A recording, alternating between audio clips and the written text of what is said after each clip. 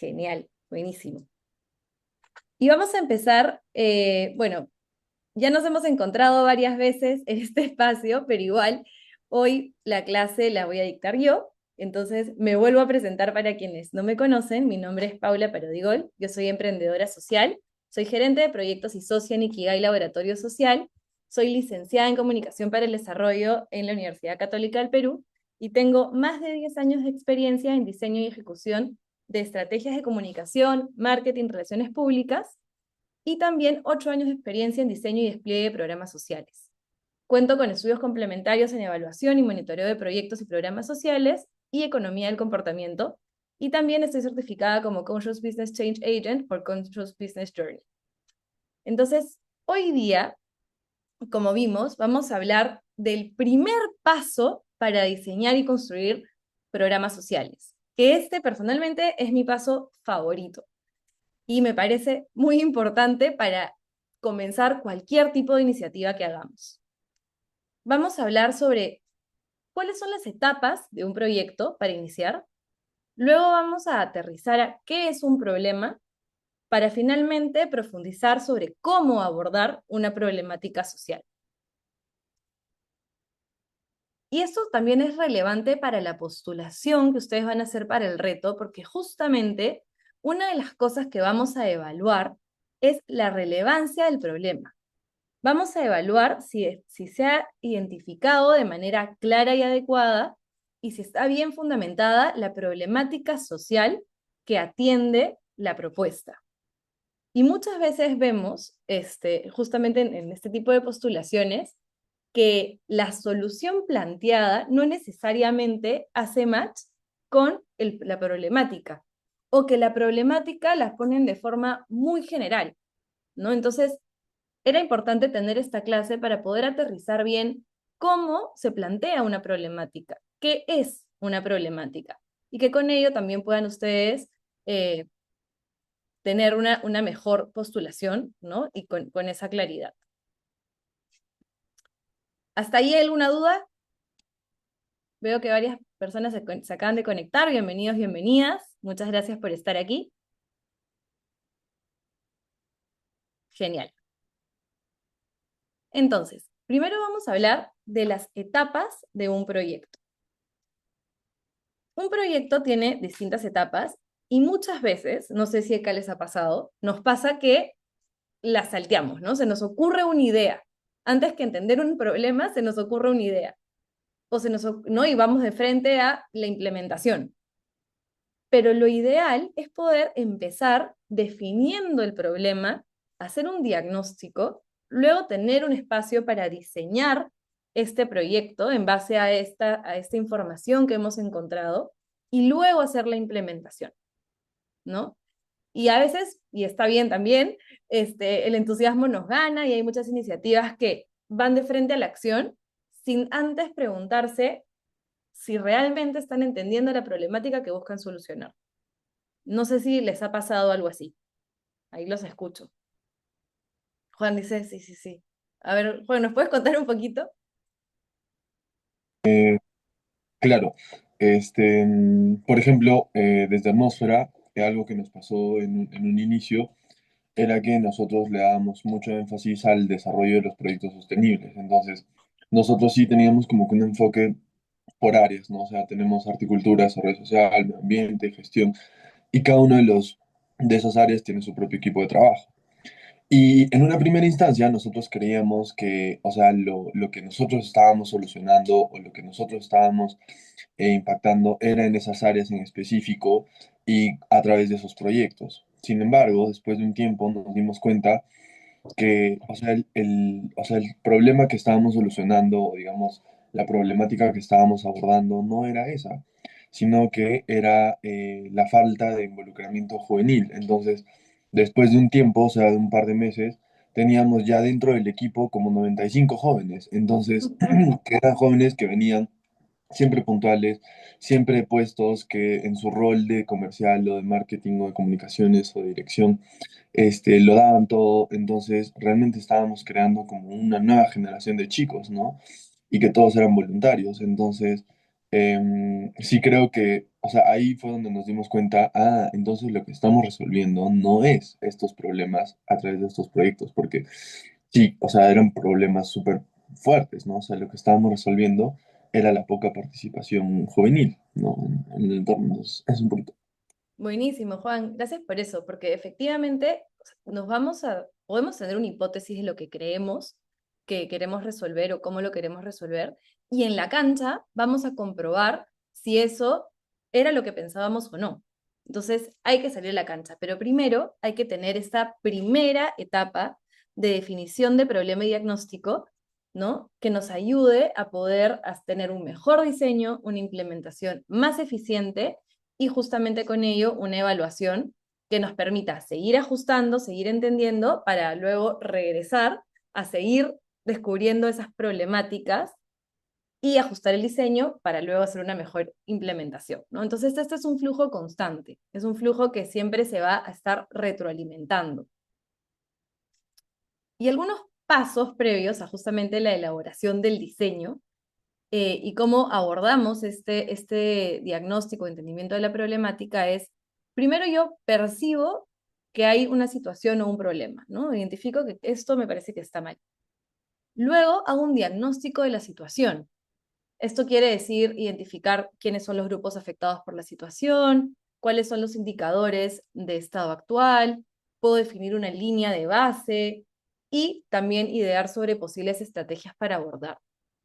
Luego ya profundizo un poco más sobre la problemática central, identifico la problemática central y estructuro el problema, analizando las causas y los efectos, para finalmente tener esa hipótesis en torno a causas-efectos y con ello crear una posible solución a esta problemática, ¿no? Entonces, todo el abordaje de la problemática efectivamente considera un trabajo previo que hoy vamos a explorar.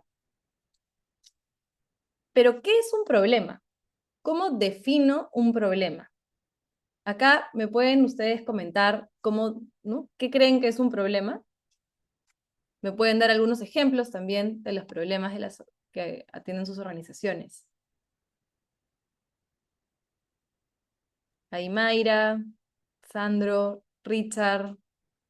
Acuérdense la regla, no existen respuestas malas, así que no tengan miedo de compartir. Es algo que necesita un plan para solucionar. Ok, buenísimo, es algo que necesito un plan para solucionar. ¿Qué más?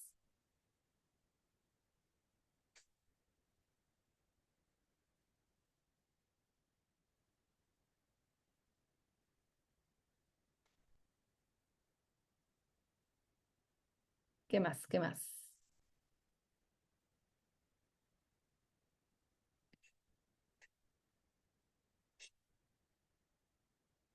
Es una situación que deseamos mejorar. Gracias, Julio. Sandro dice, un problema lo podría definir como una carencia. Buenísimo, Sandro.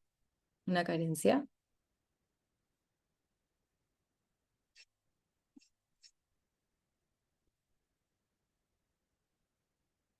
¿Se les ocurre algo más?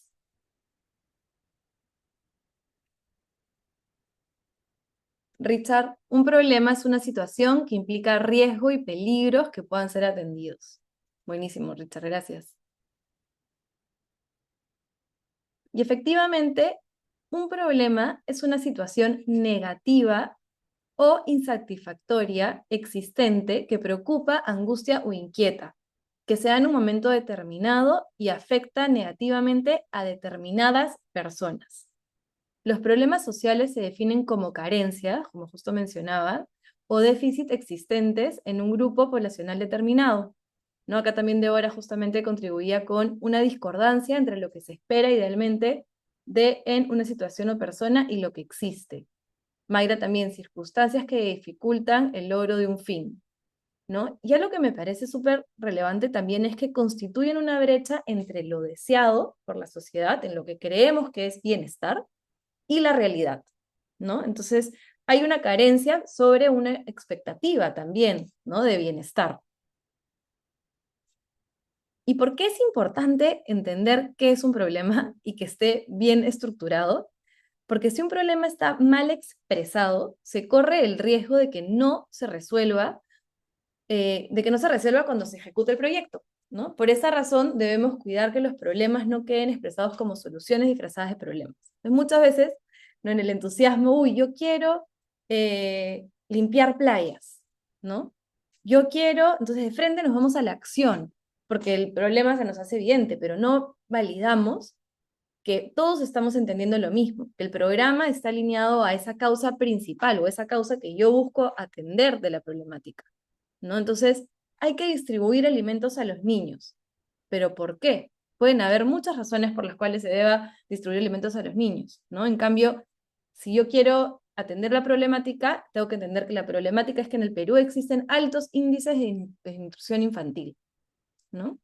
Entonces, y eso pasa muchas veces en las postulaciones que vemos en los concursos que trabajamos, donde justamente estas problemáticas no están bien formuladas, bien estructuradas, ¿no? Y se van de frente a las soluciones. Y algunas preguntas claves para el diagnóstico y la definición del problema pueden ser, ¿no? ¿Existe un problema que estoy viendo? ¿Sí, no? ¿Cuál es? Descríbelo. Hagan el ejercicio de escribirlo. ¿Cuáles son sus principales causas y o consecuencias? Y no se preocupen que eso igual lo vamos a hacer en una profundidad, pero ya les vamos haciendo la introducción, ¿no? ¿Cuáles son sus principales causas y consecuencias? ¿Cuáles son las principales dificultades para afrontar este problema? Y también si es que existen algunas otras organizaciones que están atendiendo este problema, ¿no? Y qué dificultades han enfrentado ellas en atenderlo, al momento de entenderlo. ¿Qué magnitud tiene? ¿No? Es un problema, el que yo estoy buscando atender es un problema de gran magnitud, voy a ir a este objetivo final, o voy a desagregarlo y colaborar de alguna manera a este problemática más grande, ¿no? Atender esta problemática más grande. Y para eso también nos sirve la línea de base, saber desde dónde estamos empezando, ¿no? Es tomar la foto de ese momento para ver cómo nuestra iniciativa, nuestro proyecto, nuestro programa va a tener efecto en esa problemática, en esa foto inicial. ¿Tenemos la información adecuada? ¿Nos falta buscar información secundaria que ya exista? ¿Nos falta generar información nueva? ¿Conocemos a las personas? ¿Quiénes están afectados? ¿No? ¿Conocemos a esta población afectada, a esta población objetivo? ¿Quiénes son? ¿Cómo son? ¿Qué hacen? ¿Por qué es un problema para ellos? ¿Ellos piensan que ese problema es un problema para ellos? ¿Cuál es el entorno demográfico, económico y social del problema? ¿Cuáles son los actores relevantes? ¿No? También hay una herramienta que es mapeo de actores para poder entender esa comunidad, ese público objetivo, con qué actores convive, ¿no? No solamente cuál es su entorno demográfico, económico, si están de repente en una situación en donde hay revueltas sociales, o donde hay poco acceso de internet, o sea, ¿no? Ya esas condiciones más estructurales, sino también qué actores tienen cerca y qué actores son relevantes para su desarrollo o no. Y qué oferta existe para solucionarlo, ¿no? Como les decía, ir mapeando otras iniciativas. Y otras iniciativas que de repente ya estén de forma local en el espacio que estamos explorando, o también buscar referencias en otras zonas, en otras geografías, que buscan atender problemáticas similares, ¿no? Entonces esas son algunas preguntas que podemos hacer para empezar a abordar el problema, ¿no? Pero acá les traemos dos pasos claves para poder abordar el problema de una forma más efectiva. Primero, hay que definirlo. Y para eso, tenemos que entender que no todos vemos el problema de la misma manera, ¿no? Todos vemos las cosas de forma distinta desde donde estamos. Y a veces pueden ser cosas súper evidentes, ¿no? Para el señor que está acá parado en la isla, evidentemente su problema es que necesita salir de la isla, ¿no? Necesita un medio que lo pueda llevar a un lugar mejor. Y esa solución es el barco. Para ese barco necesita evidentemente llegar a tierra para poder estar más tranquilo, ¿no? Y cómo desde diferentes perspectivas puede parecer tan evidente que la solución está al frente, pero no necesariamente es así. ¿no? Lo que es evidente para mí puede no serlo para otro. Y muchas veces eso también pasa en nuestros equipos. Nosotros asumimos que todos estamos entendiendo el problema de la misma manera y que estamos viendo las cosas desde el barco o desde la isla, pero no necesariamente. Y muchos equipos no se sientan a tener esas conversaciones. Asumen que estamos entendiendo todo lo mismo, ¿no? Y hay una historia que me llevó, de hecho, a estudiar comunicación para el desarrollo porque me pareció increíble, donde justamente había una comunidad, ¿no? Que empieza a desarrollarse, empieza a haber un montón de desarrollo de infraestructura alrededor de la zona, y parte de la iniciativa fue instalar agua, ¿no? Creo que acá todos vamos a estar de acuerdo en que el agua es un recurso básico, una necesidad vital y es un problema no tener agua, ¿no? ¿Estamos de acuerdo con eso? Me parece, ¿no? Ahí sí, ¿no? Es evidente. Entonces, evidentemente, poder instalar cañerías en las casas y que las personas puedan tener un mejor acceso al agua era una evidente solución. ¿Y qué pasó? Después de un tiempo se dieron cuenta que la comunidad no estaba funcionando de la misma manera y que se estaban generando otro tipo de conflictos, entre ellos que estaban aumentando los divorcios. Y lo que pasaba es que las mujeres tenían el rol de todas las mañanas ir a buscar agua al río. Entonces, las mujeres se habían quedado sin este espacio para compartir, para departir entre ellas, para salir de sus casas, para hacer ¿no? Se quedaron sin este rol tan esencial para ellas, que era parte de su día a día. Entonces, ¿cómo algo tan básico puede impactar de una manera inesperada, ¿no? Atendiendo una necesidad tan básica como el agua, se pueden generar otro tipo de problemáticas si es que no entendemos la comunidad, ¿no? De repente hubiese sido ideal trabajar este programa con ellas y hacerlas parte de este nuevo rol, darles un rol nuevo. Entonces, también hay que entender que justamente lo que es evidente para mí puede no serlo para otro, ¿no? Y tener este tipo de conversaciones. Entonces, para definir el problema, tenemos que entender mi posición frente al problema, ¿no? Yo soy parte de la comunidad, estoy ahí, la conozco, no la conozco, soy cercana, estoy lejano. Como les decía, no todos vemos el problema igual y tenemos que ver si el equipo que está buscando atender esta problemática lo ve de la misma manera, ¿no? Soy parte del grupo beneficiario, no soy parte del grupo beneficiario, ¿cómo me relaciono con él? Luego hay que dimensionar el problema, ¿no? No sé si han escuchado esta frase, pero para comerse un problema del tamaño de un elefante, no lo haremos todo a la vez. Un bocado primero, ¿no? Entonces, ¿cómo se come un elefante? Un bocado a la vez. Y este es un consejo que también recibimos mucho para organizar, ¿no? Para organizarnos, pero cuando justamente un problema es demasiado grande, tenemos que empezar a desarmarlo, ¿no? A desarmarlo y a ver todas sus partes y abordarlo poco a poco, a poco a poco, ¿no? Entonces, vemos cómo también una gran problemática puede ser abordada por diferentes tipos de organizaciones y no solamente por organizaciones sociales, desde diferentes sectores, ¿no? La pobreza es abordada desde el sector privado, el sector público, desde las organizaciones sociales, desde la población civil, desde la academia, y es un problema, no es una magnitud de problema súper grande. Entonces tengo que dimensionar el problema que estoy planteando, ¿no? Poder ¿no? desarmar estas partes y comer al elefante un bocado a la vez. Y profundizar el problema. No asumas nada. Acércate con curiosidad y humildad. Y pregúntate, ¿por qué? ¿Por qué? ¿Por qué? ¿Por qué? ¿Por qué? Y la solución real se va a encontrar en ese último por qué, ¿no? Cuando abordamos problemáticas, muchas veces, ya sea porque nosotros hemos vivido esas mismas problemáticas, estamos en esa situación, o porque las tenemos cerca, o porque las hemos estudiado, asumimos que ya sabemos y que ya sabemos con qué ir y que ya lo conocemos, ¿no? Pero no sabes de repente cómo esa comunidad está viviendo ese problema. Entonces ahí asumir es el peor enemigo, ¿no? Como gestores de proyectos sociales, tenemos que tener esa mente abierta y poder siempre acercarnos con humildad y con curiosidad a las problemáticas sociales. Por ejemplo, no sé si han visto antes este esquema de violencia de género. ¿Conocen este iceberg? A ver, póngame por el chat si lo habían visto antes.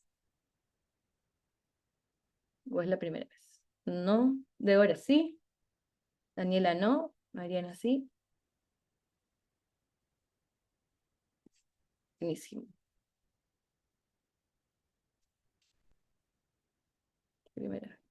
Genial. Entonces hay algunos que ya lo conocen y otros que primera vez que lo ven, ¿no? Entonces acá tenemos una problemática clara, que es la violencia de género, pero tenemos aspectos visibles de la problemática y aspectos invisibles, ¿no? Normalmente lo que vemos en los noticieros y lo que se reporta es el asesinato, que es la punta del iceberg, la agresión física, la violación, el abuso, ¿no? Incluso los gritos o los insultos también, ¿no? En ese aspecto. Pero esta es la forma más explícita y visible del problema. Es un problema justamente de una dimensión bastante grande que tiene, ¿no? Mucho por qué, por qué, por qué, por qué. Entonces, para ir a la raíz de esta problemática, vemos que existen formas explícitas invisibles, como por ejemplo humillar, desvalorizar, despreciar, ignorar, chantaje emocional, culpabilizar, ¿no? Que pueden ser muchas cosas que no se reportan, ¿no? Que no las vamos a ver en los noticieros, que no las vamos a ver como titulares, pero igual son formas explícitas de violencia. Y existen formas sutiles e invisibles, como por ejemplo el humor sexista, controlar, publicidad sexista, invisibilizar, lenguaje sexista, anulación y micromachismo. Entonces, si yo quiero abordar la violencia de género, porque la problemática justamente es que los índices de asesinato han crecido en los últimos años en el país, ¿a dónde voy a ir? Voy a abordar las formas sutiles e invisibles, voy a abordar la atención a las víctimas, ¿no? Hay diferentes maneras de abordar este problema. Entonces podemos ir desde la parte más abajo del iceberg y hacer campañas de sensibilización de cómo justamente estas formas sutiles de violencia se terminan transformando en formas más explícitas de violencia. O puedo también abordarlo desde más arriba, ¿no? Dependiendo de la magnitud de organización que soy, dependiendo de mi expertise en el tema, dependiendo de mi rol, etcétera, ¿no? Pero entender la magnitud del problema y profundizar sobre el por qué, nos ayuda a desglosarlo, justamente a comernos al elefante y tener una mejor claridad de cómo yo puedo intervenir en esta problemática. No sé si hasta ahí quisieran comentar o tienen una pregunta. A los que lo vieron por primera vez, ¿les hizo sentido? Daniela o Juan Carlos.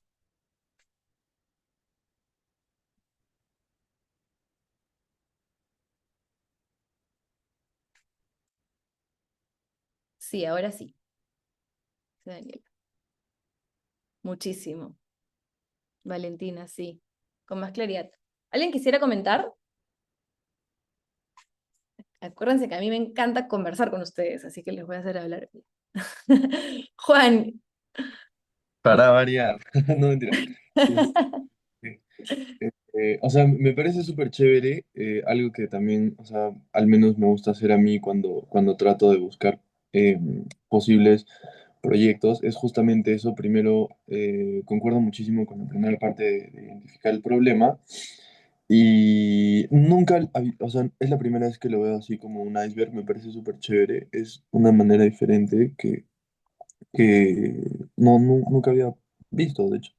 Pero nosotros, por ejemplo, lo que hacemos es, de un problema principal, lo que hacemos es evaluamos cuáles son las causas, ¿no? Por ejemplo, la anemia. El problema es niños con anemia en una población, ¿no? Entonces, alrededor hay mil causas, ¿no? O sea, ¿por qué los niños están con anemia? Tal vez los papás no tienen acceso a la información, no hay canales de nutrición, no llegan los alimentos de calidad o son muy caros o no hay mercado cerca, o la gente no consume frutas, entonces hay mil cosas. Y definitivamente sí me estaba como que quedando un poquito corto, o sea, no, sí me hubiera gustado tener otra, entonces le voy a tomar una captura.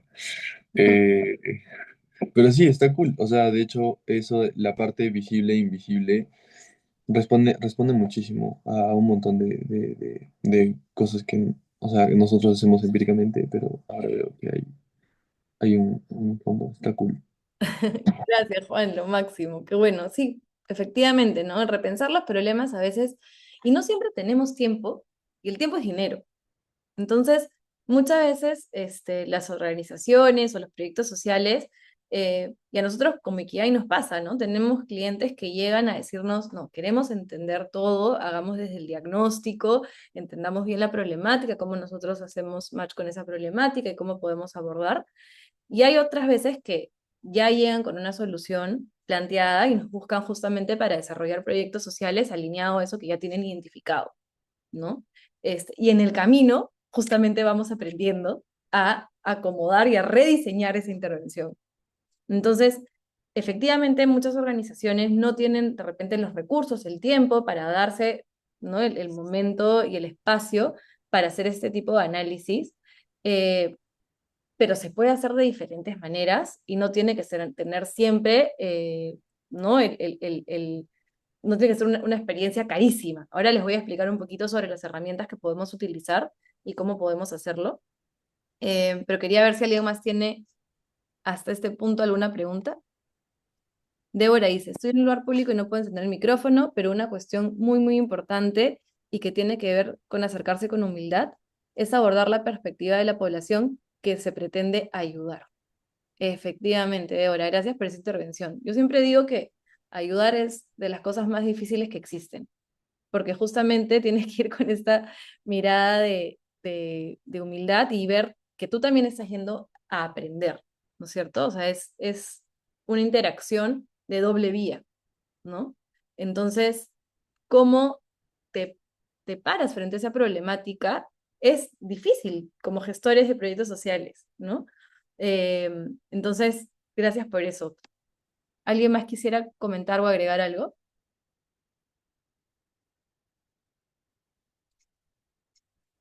Me parece que Valerie prendió el micro.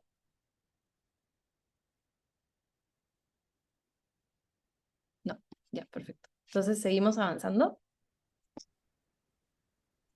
Uy, acá se me fue la animación. Ya bueno. Entonces, ahora justamente vamos a aterrizar y a profundizar sobre eh, las herramientas de diagnóstico, ¿no? Cómo entender y cómo profundizar el problema. Entonces, existen muchísimas herramientas para poder acercarnos a la población, para poder conocer un poquito más sobre el problema.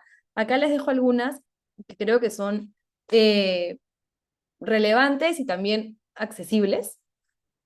Y primero que nada, siempre les voy a recomendar comenzar con fuentes secundarias. Cualquier tipo de diagnóstico que quieran hacer, el primer paso es entrar a ver qué ya, qué información ya se ha generado sobre la problemática que yo estoy buscando trabajar, ¿no? Es recopilar y analizar información que ya existe, producida por otras personas u organizaciones. Incluye documentos como estadísticas oficiales, investigaciones académicas, informes institucionales, artículos de prensa, publicaciones gubernamentales y otros, ¿no? Eh, no tenemos que inventarnos la pólvora. Ya existe un montón de información sobre cómo gestionar, ¿no?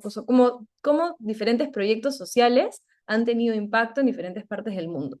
Entonces, por ejemplo, les voy a mandar los enlaces por acá, hacia el final de la clase, pero hay una fuente que es, bueno, Innovation for Poverty Action y el JPAL, que son dos instituciones que trabajan en estudiar proyectos sociales. Entonces, tienen un montón de casos de cómo diferentes intervenciones han logrado exitosamente o no exitosamente intervenir en diferentes poblaciones a lo largo del mundo, ¿no? En África, en Latinoamérica. Y efectivamente, no lo que funciona en África va a funcionar en Perú, no lo que funciona en Lima va a funcionar en Arequipa, no lo que funciona en Arequipa va a funcionar en Moquegua, pero ya podemos tener igual algunos aprendizajes sobre las experiencias de otros. Y también podemos utilizar información secundaria sobre todo a nivel de estadísticas, ¿no? De la población. Entonces, muchas veces, si queremos empezar a nosotros crear estadísticas o línea de base de las poblaciones que vamos a intervenir, primero veamos qué información ya existe antes de crear la nuestra, ¿no? Por ejemplo, dentro del proyecto de Impulsando Voluntades, estamos justamente haciendo un mapeo de actores, ¿no? Un mapeo de actores del ecosistema de voluntariado en Arequipa. Entonces, en ese mapeo de actores nos dimos cuenta que existen otras organizaciones y otras personas que también están haciendo mapeo de actores. Entonces, justamente lo que estamos buscando es trabajar en conjunto para no inventar la pólvora y más bien unir esfuerzos para esta parte del objetivo del proyecto, ¿cierto? Entonces, fuente secundaria, fuente secundaria, fuente secundaria, primer paso, créanme, va a ser esencial para plantearse el resto del diagnóstico. Entonces, una vez que ya tengo claro qué información me falta obtener de primera mano, ¿no? Cómo crear esa fuente primaria, ya estas cuatro opciones son justamente crear fuente primaria, de primera mano. Yo me acerco o mi equipo se acerca a esta población que quiere intervenir. La primera es entrevistas focus. Las entrevistas son conversaciones uno a uno que permiten explorar en profundidad opiniones, experiencias y conocimientos de actores clave. Y en las entrevistas yo les sugiero siempre tener una guía de preguntas semiestructurada. ¿Qué significa eso? Que no tengo que hacer las preguntas tal cual me salen en la guía. La guía para mí va a ser una referencia que debería estar estructurada en los temas claves que quiero levantar y preguntas que me ayuden a identificar esos indicadores. Entonces, ya con la conversación yo puedo tener la flexibilidad de ir adaptándome según el perfil y según las cosas que voy encontrando, ¿no?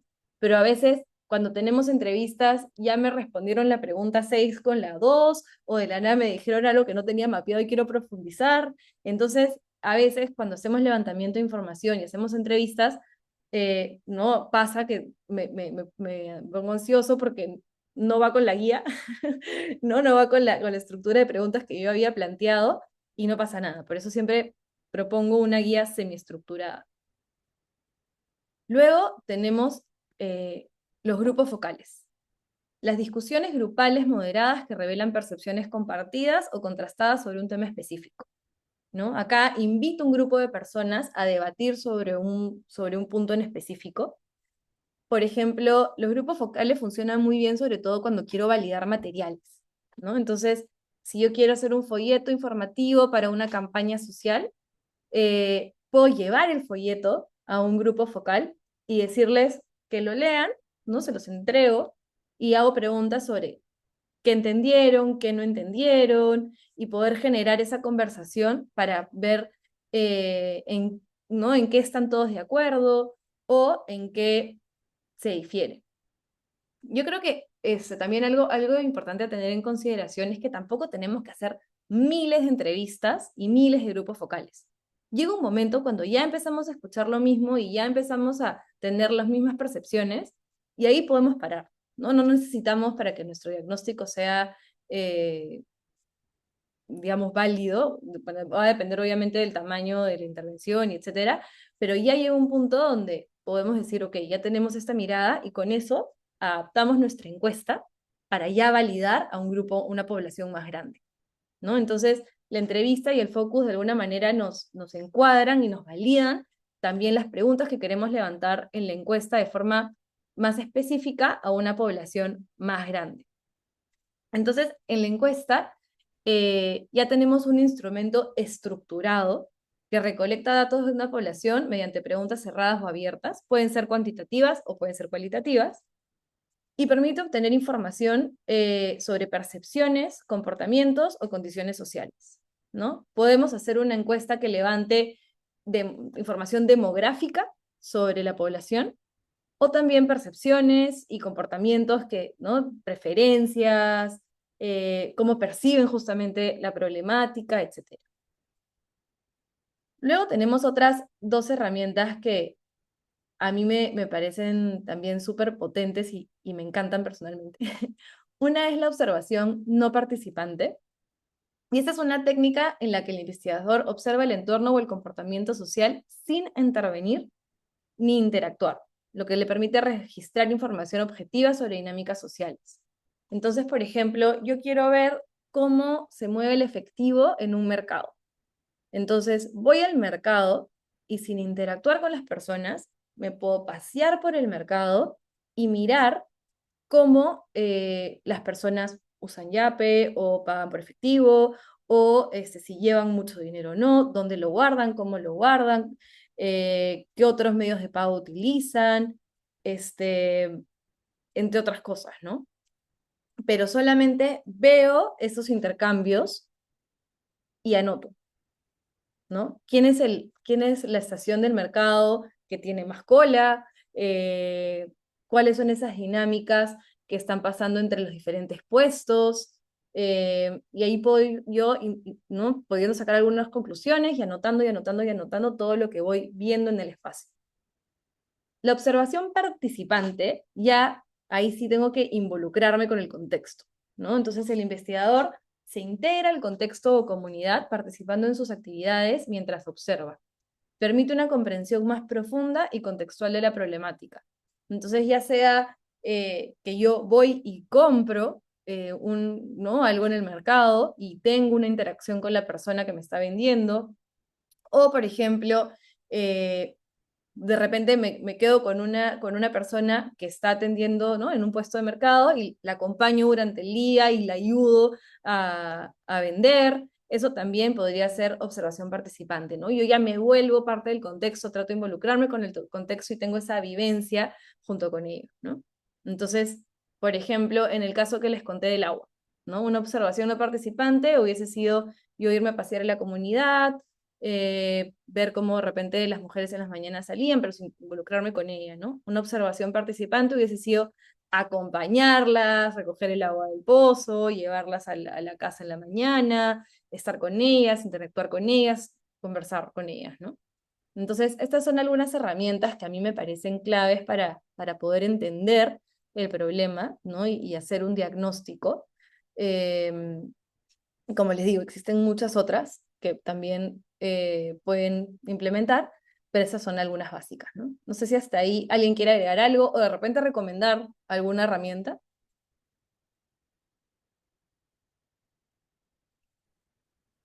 Los escucho. ¿Las han implementado antes?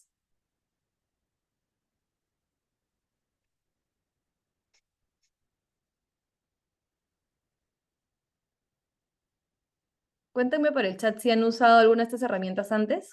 ¿Cuál? ¿Y cuál les gustaría probar también, si quieren? Catherine, entrevistas y focus. Daniela, entrevistas. Daisy, encuestas. Naila, entrevista. Perfecto.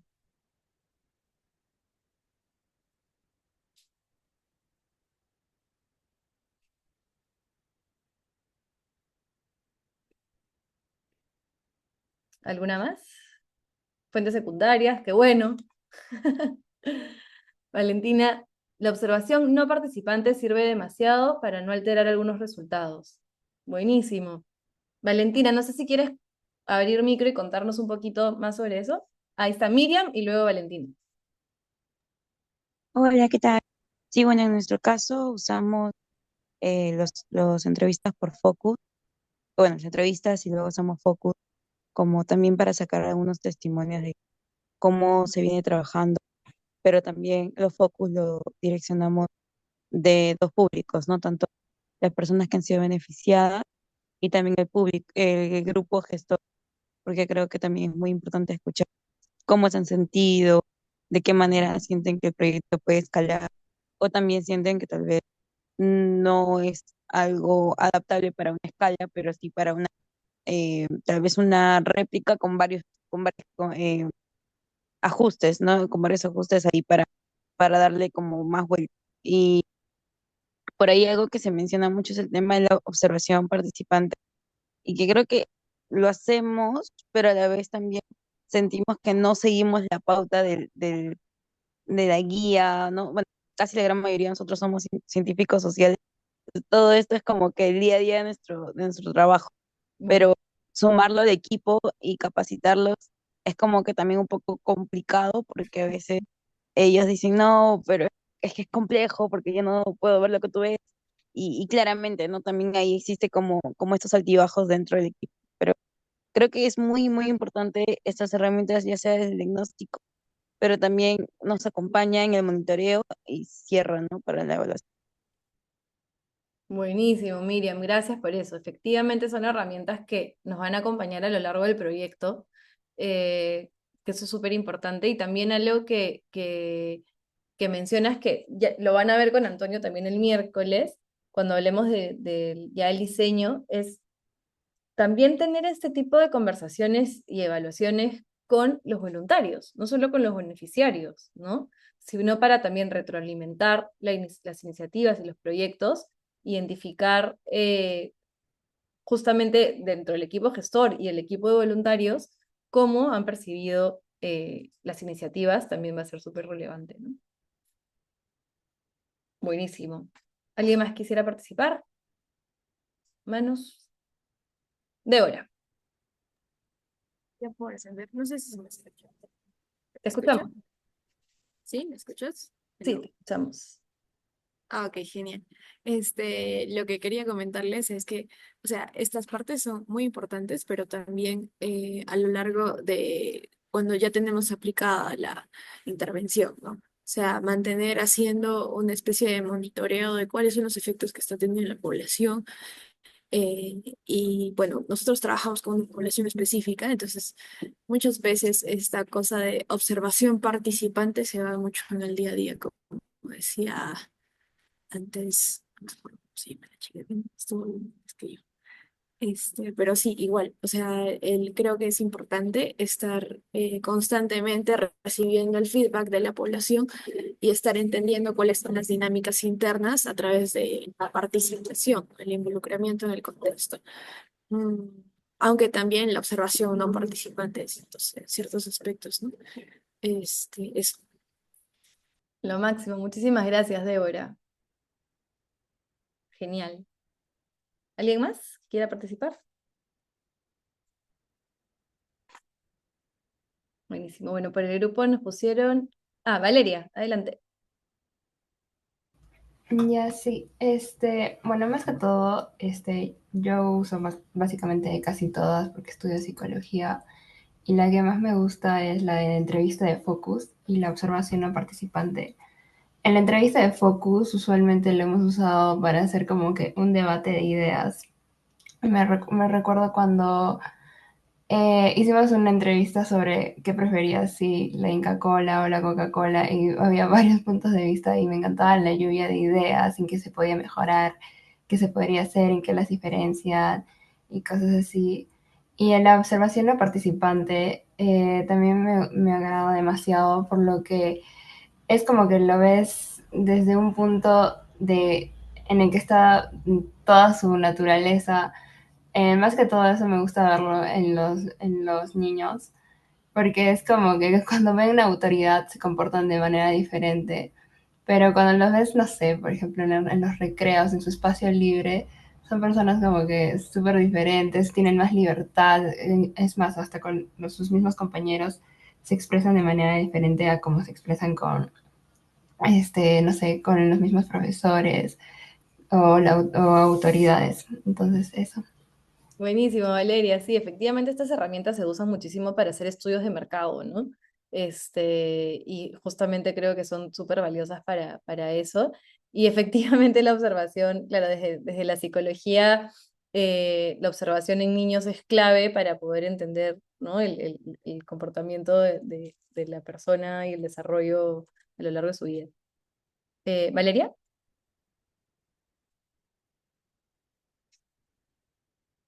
Perdón, Valentina. Valentina levanta la mano. Sí, buenas noches.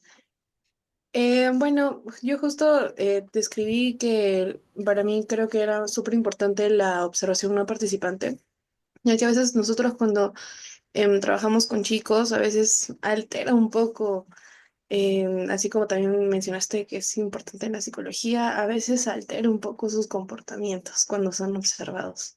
Ujú. Entonces, por ejemplo, cuando vamos al colegio, como que si saben que vamos a estar ahí presentes, como que todos son unos niños muy geniales,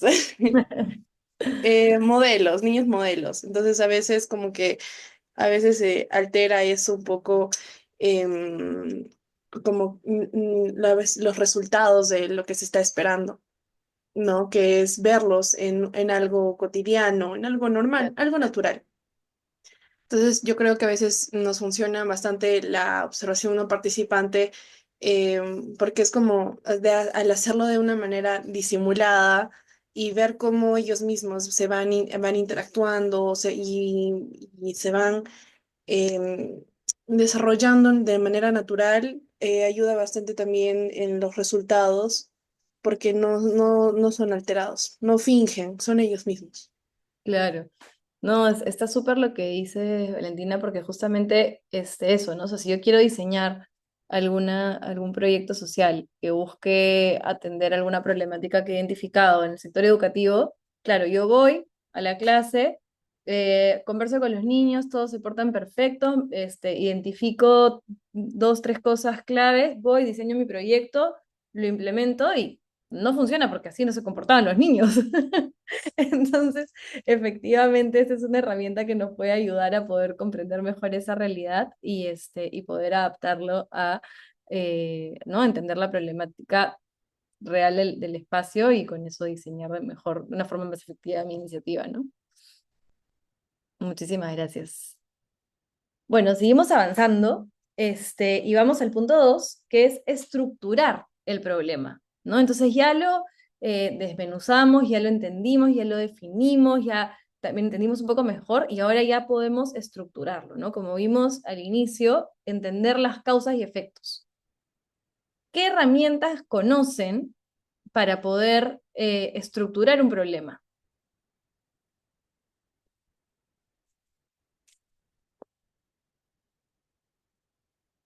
¿Qué herramientas utilizan o conocen para estructurar un problema? Vale decir, no sé, también.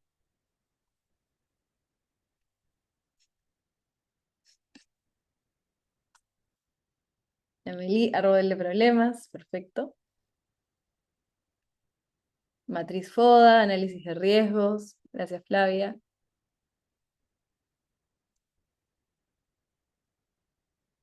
Eli Ishikawa, Catherine, perfecto.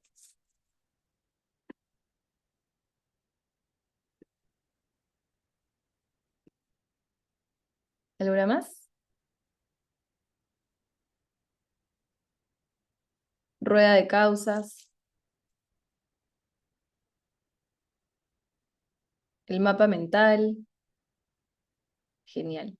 Efectivamente, existen varias herramientas para poder estructurar el problema y en realidad ahí los invito a probar, probar, probar, probar la que mejor les funcione.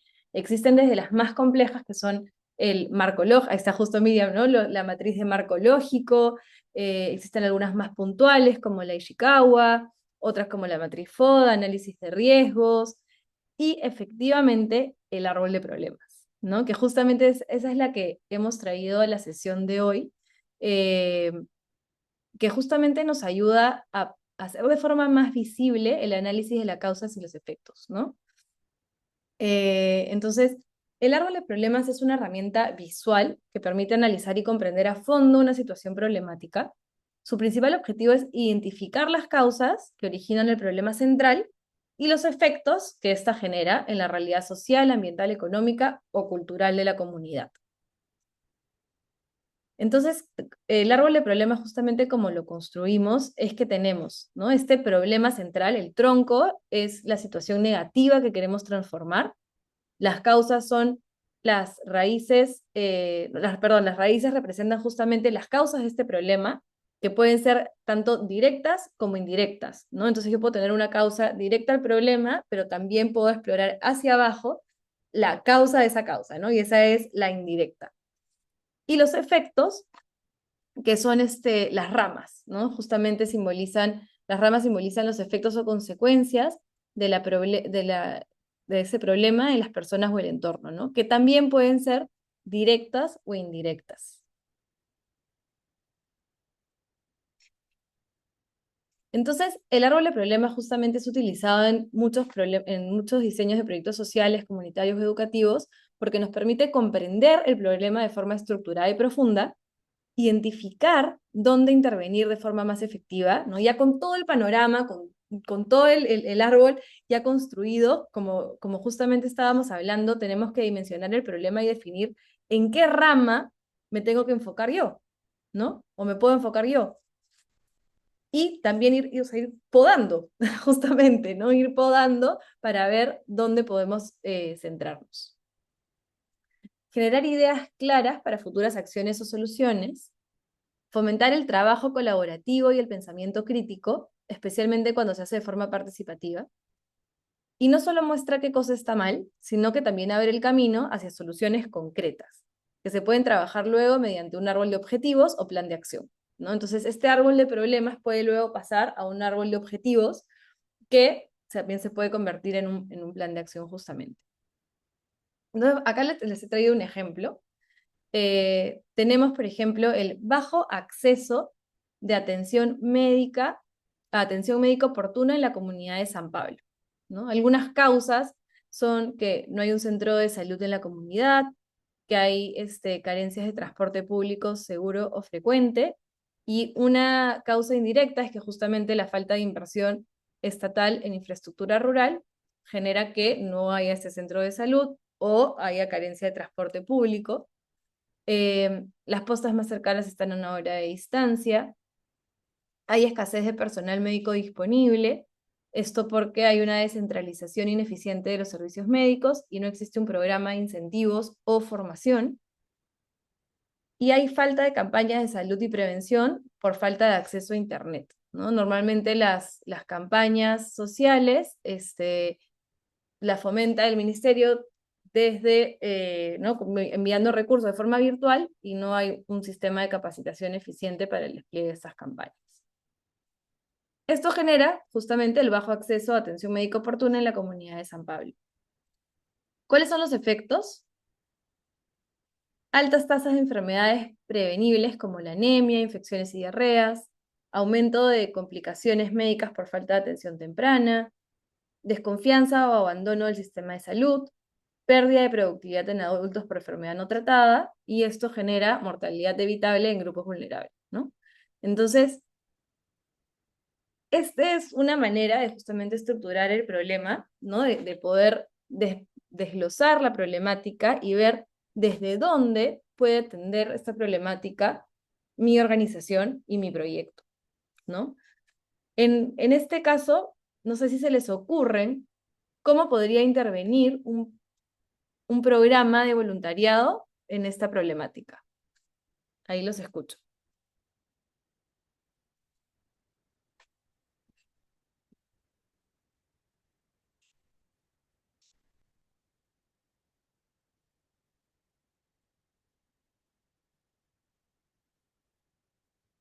Voy a regresar al árbol.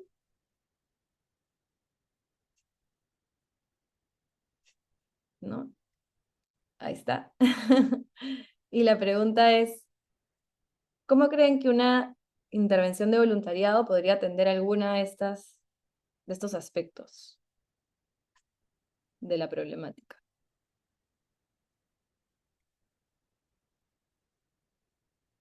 Fortaleciendo la participación comunitaria de la salud. Buenísimo.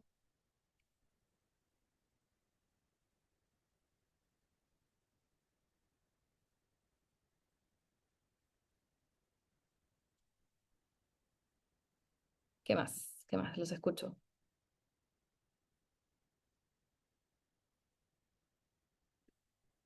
Lluvia de ideas, donde ninguna respuesta es mala.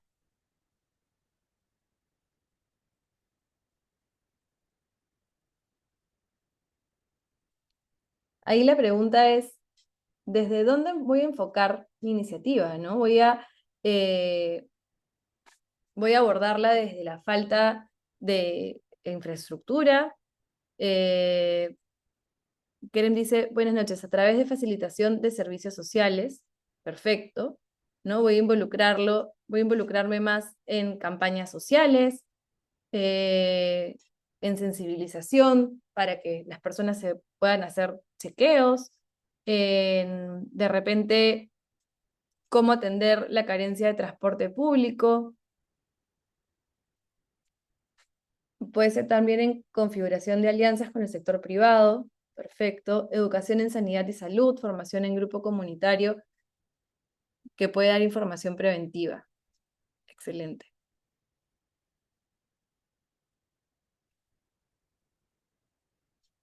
excelente.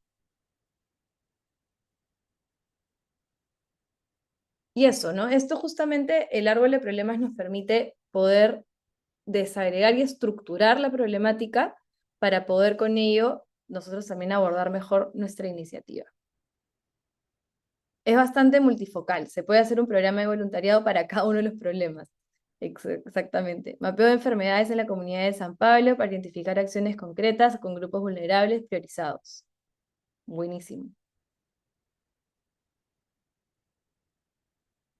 Y justamente fue una herramienta que utilizamos en el encuentro, ¿no? Que muchos de ustedes participaron en el encuentro, y es una herramienta que se puede adaptar y que también pueden hacer con sus equipos y, ¿no? En el aspecto que ustedes necesiten. A nosotros nos sirvió muchísimo para justamente mapear las problemáticas del ecosistema de voluntariado, ¿no? Entonces acá lo que justamente hicimos fue trabajar con diferentes organizaciones sociales de Arequipa en este taller que se llamaba Voces de Voluntariado, mapeo de problemáticas y retos del ecosistema, y les pedimos que mapeen cuál era este problema central, ¿no? Que querían abordar, cuáles eran las causas, y en los efectos desagregamos un poquito los efectos, ¿no? Les preguntamos a quién afecta el problema, cómo le afecta y que dé un ejemplo. Entonces, fueron varios los grupos que trabajaron esta plantilla y bueno, si quieren también, por favor, utilícenla. Los invitamos a hacerla ¿no? Con sus equipos para también aterrizar su propuesta. Y nos ayudó un montón a poder mapear los retos que tenía el ecosistema voluntariado y cómo se visibilizaban en hechos concretos, en personas concretas, en ejemplos concretos, ¿no? Fue de verdad súper útil. Qué bueno que ahí Stephanie y Juan también les pareció una dinámica bastante buena. Y también cómo dentro del grupo que hace este análisis, tiene que ser un grupo multidisciplinario, con diferentes miradas, ¿no? Ahí también algo que quiero recomendarles cuando vayan a abordar un problema, revisen quién está sentado en la mesa, ¿no? ¿Quiénes son las personas que están haciendo este análisis? Justamente podemos invitar a los beneficiarios, a los voluntarios con los que estamos trabajando y ver que todos tengan representatividad, ¿no? Y luego, finalmente, importantísimo, priorizar. Hay un montón de cosas por hacer. Entonces, debemos preguntarnos, ¿cuáles de estas tienen un mayor impacto y cuáles un mayor esfuerzo o factibilidad? ¿No? Entonces, aquellas iniciativas, tareas que tengan un mayor impacto y un menor esfuerzo son quick wins, ¿no? Son cosas que podemos hacer rápido. Aquellas que tienen un bajo impacto y un bajo esfuerzo son tareas menores, que de repente no tienen tanta relevancia. Y aquellas que requieren un montón de impacto, perdón, que requieren un montón de esfuerzo y factibilidad, y que no tienen tanto impacto, debemos descartarlas, ¿no? Y luego aquellas que sí probablemente van a requerir un mayor esfuerzo y van a tener un mayor impacto, serán esos proyectos principales, ¿no? Esos proyectos que probablemente van a atender, ¿no? Esa solución que probablemente va a abordar el 80% del problema que estamos buscando solucionar.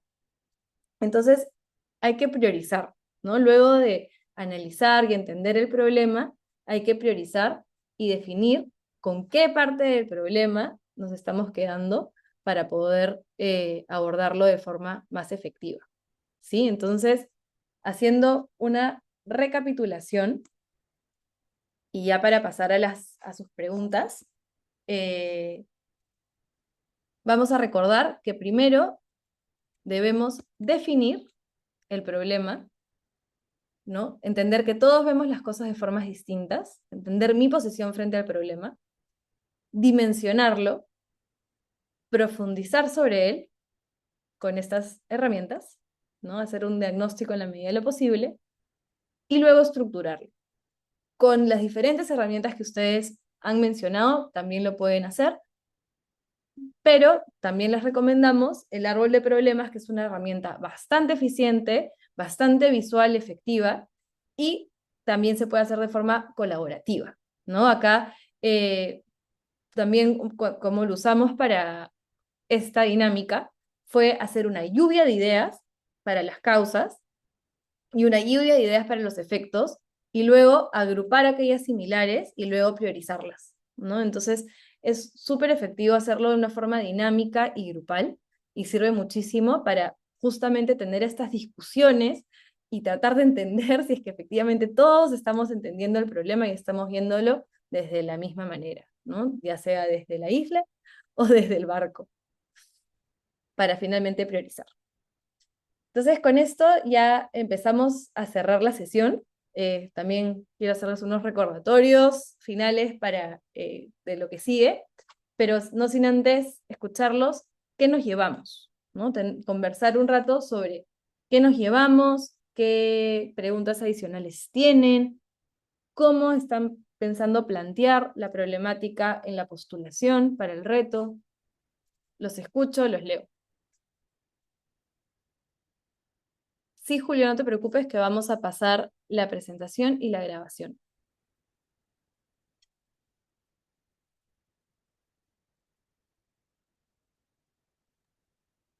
Ya, creo que ha sido una sesión bastante fructífera.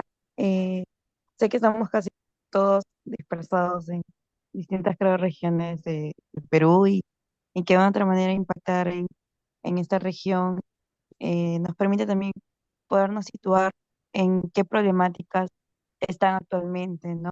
No solamente trabajarlo desde la punta del iceberg, que según tal, todos los adolescentes pasan por eso, sino también nos ayuda a bajar esa información a algo más sólido, razonable, coherente, ¿no? Y que creo que eso es algo que me llevo para este momento, como para llegar con el equipo y decirles, ok, quizás tenemos que ver esto, ver estadística, pero no solamente estadística nacional, sino regional, distrital, ¿no? Y eso es algo que a veces es la chamba que mencionabas en un momento, ¿no? Es tiempo, por ende es dinero. Y entonces es como les digo a los chicos que hay que dar 3 pasos más para poder juntos construir algo, pero también algo que es realista, ¿no? Y que también de una otra manera va a ser sencillo o nos va a ayudar a ser más sencillo de medir el impacto a fin y a cabo. Buenísimo, Miriam, gracias por eso. Ya nos contarás entonces cómo te va con esa sesión.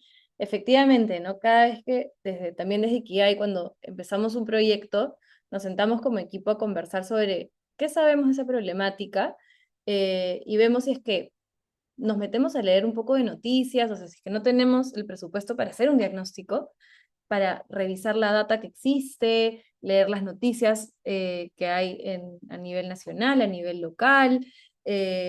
Hay un montón de información que tenemos a la mano y que nos pueden ayudar a tener este debate, estas conversaciones y a buscar diferentes perspectivas, ¿no? O sea, no necesitamos tener un diagnóstico súper, hiper elaborado para poder abordar la problemática de una forma, ¿no?, cercana, y ver justamente la diversidad de perspectivas, conversarlo de repente con personas que ya han trabajado ese tipo de problemáticas, que están en esa situación, que han diseñado problemas, perdón, soluciones alineadas a esto, que han hecho estudios, etcétera, ¿no? Entonces, gracias, Miriam, por eso ya nos contarás.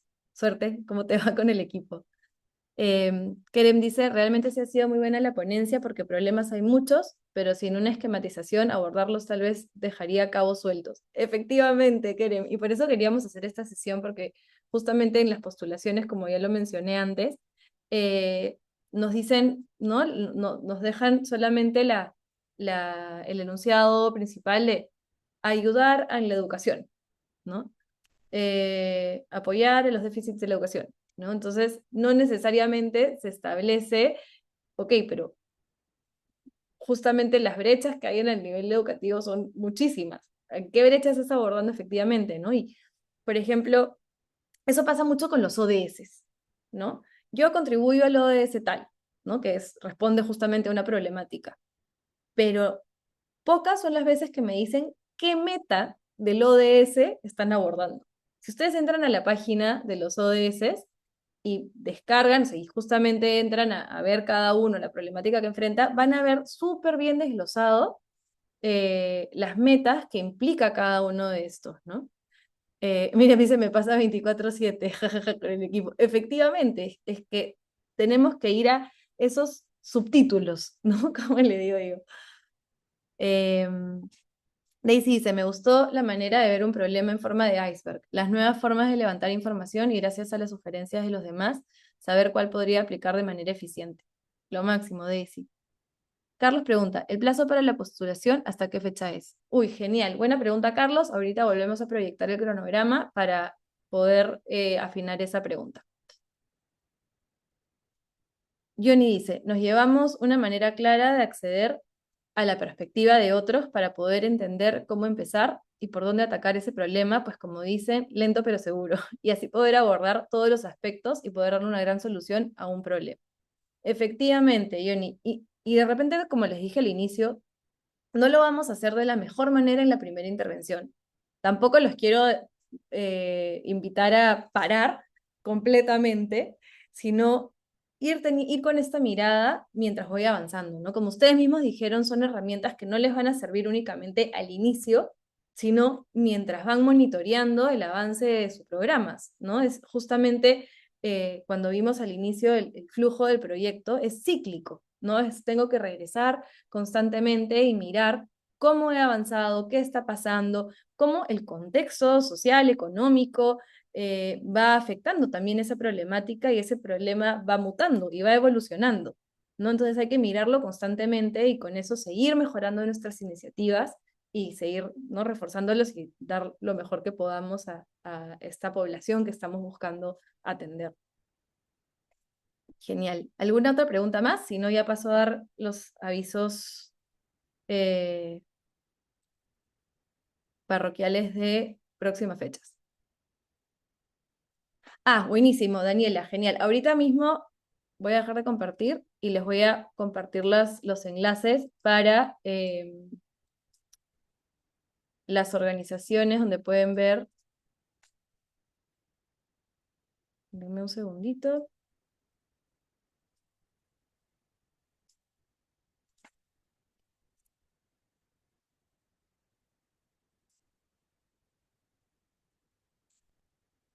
Ahorita mismo se los envío.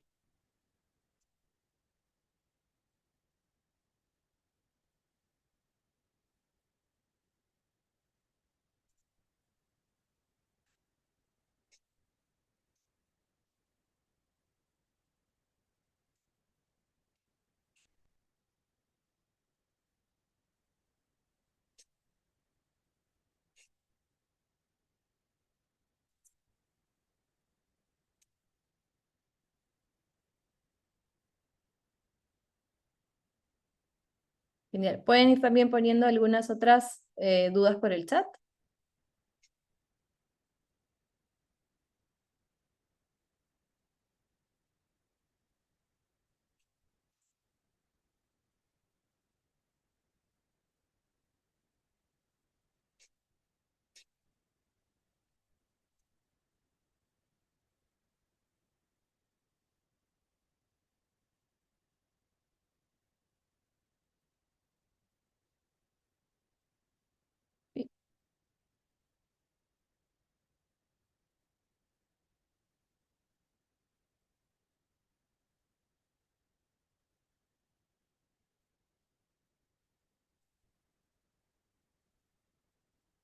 Ya, perfecto. Luego, a ver, nos quedan 3 clases, ¿no? Hemos tenido la clase número 3 el día de hoy, entonces tenemos el próximo miércoles la clase de la segunda parte de esta sesión, donde vamos a hablar del diseño de iniciativas de voluntariado.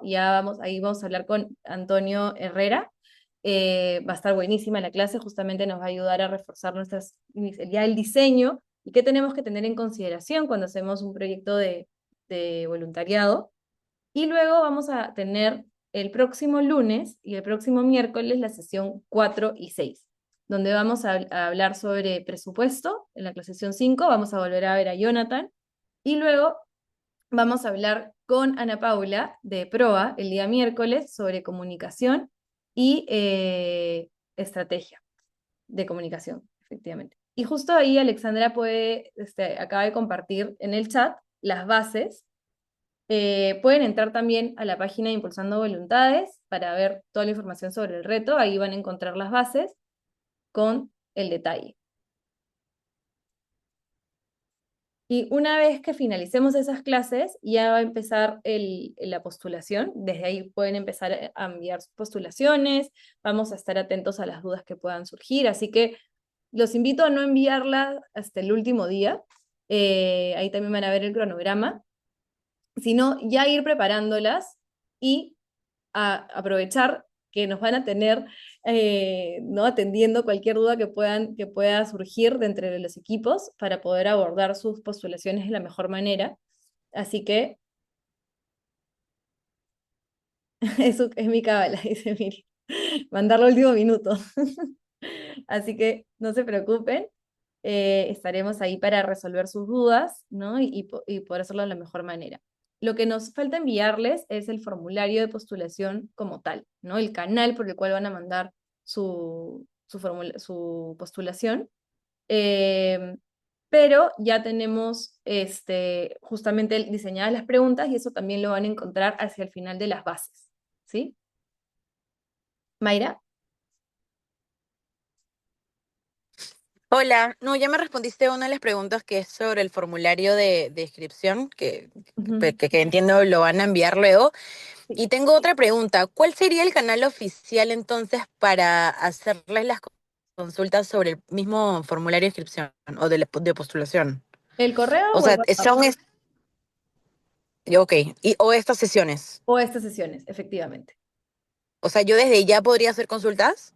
Desde ya podrías hacer consultas. Ok, gracias. Sí, perfecto.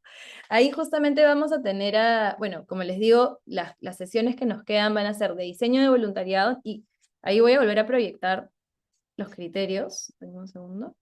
Vamos a ver eso.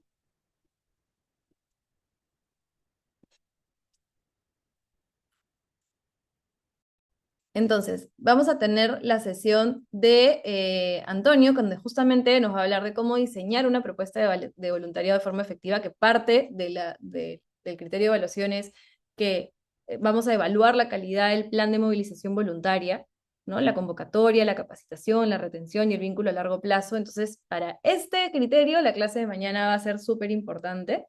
Y también se va a complementar la estrategia de comunicación con la clase 6, ¿no? Justamente para poder evaluar la solución planteada, ver que sea clara, que sea viable, que sea innovadora.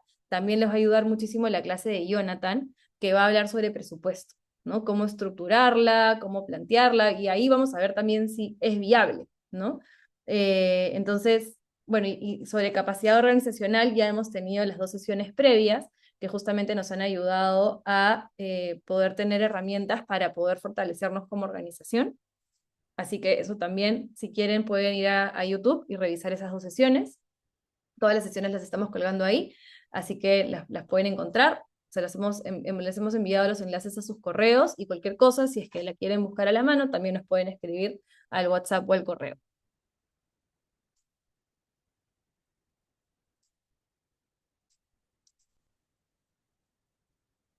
Genial. Entonces, si no hay ninguna otra duda, podemos ya cerrar nuestra sesión. Lo máximo. Y nos vemos entonces el día miércoles a las 7 de la noche. De nuevo les mandamos el correo, les mandamos el WhatsApp, para que estén atentos. Muchísimas gracias a todos por participar. Me encanta escucharlos, me encanta leerlos, y aprovechen estos espacios. Como les digo, quedan 3 sesiones donde pueden hacer preguntas, donde pueden aprovechar a los profesores que estamos trayendo, que son buenísimos y que tienen un montón de experiencia en estos temas, así que ya saben, ¿no? Vayan revisando el formulario, vayan viendo qué preguntas tienen, y las llevan a las sesiones de los días lunes y miércoles. Gracias, Sandro, gracias, Melissa, gracias, Daniela, Alejandra, gracias, Denver, gracias a todos por participar hoy día. Ya nos vemos el miércoles. Que tengan una linda semana. Y bueno, disfruten Semana Santa. Gracias. Chao, buenas noches, gracias a todos. Nos vemos, chao, chao.